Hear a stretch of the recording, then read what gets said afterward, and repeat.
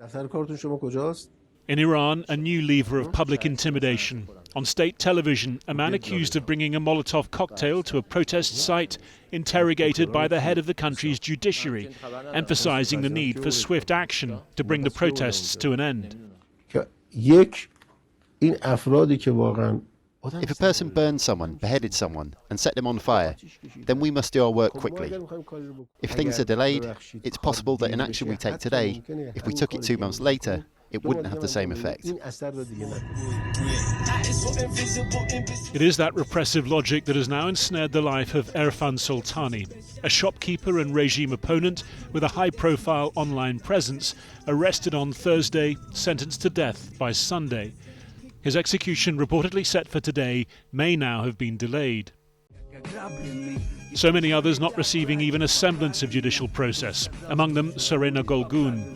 18 years old, he went to protest on Friday night in Shahsavor in northern Iran, shot in the back, his family say, while trying to escape. The bullet struck his heart, killing him instantly. He was so dear in our family. Everyone loved him, and I couldn't believe that young, tall, handsome boy to be killed cruelly like that. Yeah, it was so cruel to hear this news. Last night, Donald Trump promised very strong action if Iran started hanging protesters. He'd already threatened such a response if protesters were killed. The toll now believed to be in the thousands. The killing looks like it's significant, but we don't know yet for certain. I'll know within 20 minutes. So, and we'll act accordingly. And I know exactly what it would be. We have to make a decision. Sir, but I can't be, obviously I can't be telling you. Timeline? Are you consulting with our allies regarding Iran? What are they telling you, and why do you think the Iranian... Well, I'm not going to tell you what they're telling me. There are reports they're urging caution.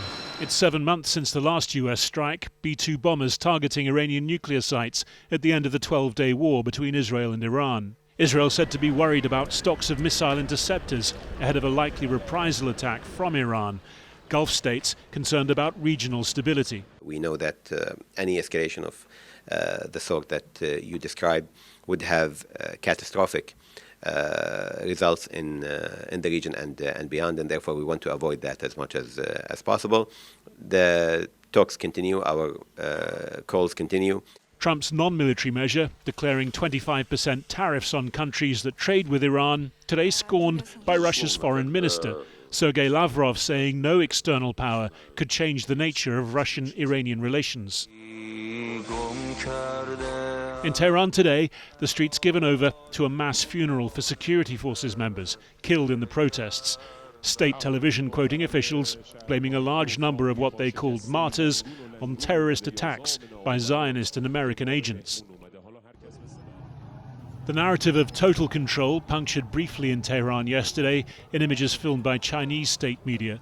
But compared to the vast numbers a few days ago, it was small scale and quickly dispersed. Protesters and regime alike now awaiting the next move by Donald Trump. Well, joining us now is Roxanne Farman-Farmayan, a lecturer in international relations at the University of Cambridge. Thanks very much for joining us.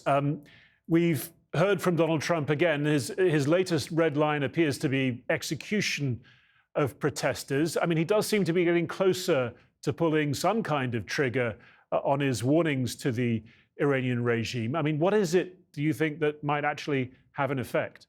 Well, I think that's his difficulty. I think he's realizing that the any operation against Iran is not going to be the surgical type of operation that he's flushed with success about in terms of Venezuela.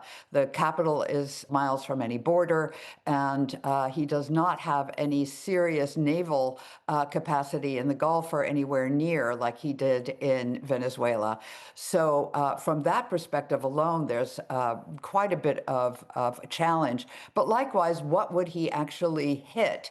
The likelihood of civilian casualties at American hands is much, much higher, again, than in the Venezuela case. And he's also looking at the fact that Iran has said it doesn't want war, but it will retaliate. And its threat to retaliate is on U.S. allies in the Gulf, where American bases are located. Indeed, and on the tarmac at Andrews Air Force Base last night, he said he had been hearing from his allies in the region, reporting that Israel's worried about its current stocks of missile interceptors, reports that Gulf countries, and some coming out and saying that they're worried about the potential for destabilization and refugee flows. So do you think that's going to be factoring into his calculus?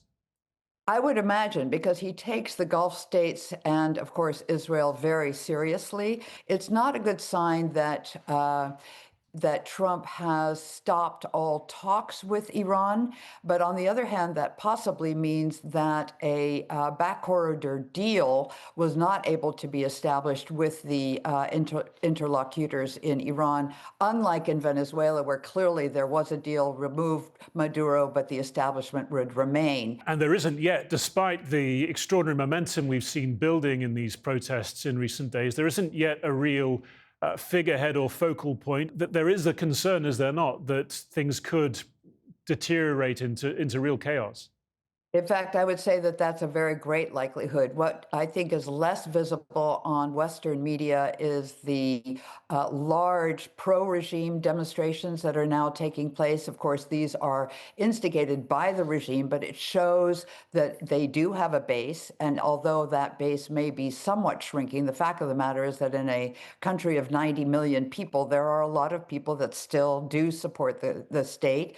And they may not support it actively, but there are a lot of people that are very worried about chaos, which you mentioned, that this could lead to enormous instability, that it could lead to a civil war, in fact. And despite the continuing lack of proper internet connectivity, we have seen these devastating reports of huge numbers of people being killed in the repression.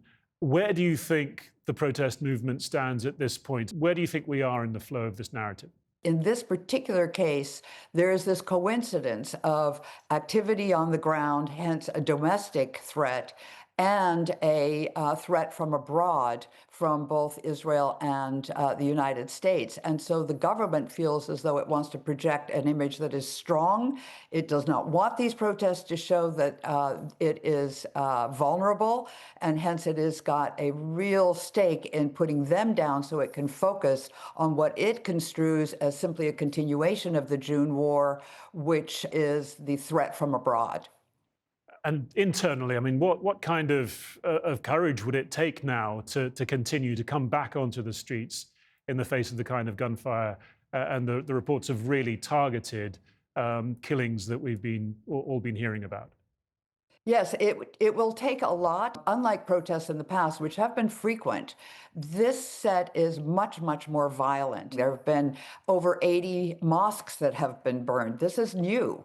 And so I think it is very difficult for the protesters, on the one hand, to keep coming back with the degree of violence that we're seeing in terms of the crackdown. So does that mean then that the next waymarker really is Donald Trump's decision, whether there will be some kind of cyber strike or a kinetic military strike? Is that the next moment that we're looking out for? There's an equal chance that this time the protesters, like the last set, will little by little disappear because it's just too dangerous and they are too much under attack.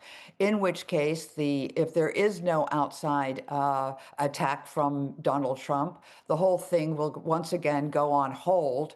The situation for Iran economically is dire. And so I think it will reignite and things will have to change. I think if we listen to what the protesters have said this time and also during the previous time, specifically the Women Life Freedom protest, they feel as though the solution lies in Iran and they do not want outside interference. Roxanne Farman from Iron, thank you very much for joining us today. Thank you.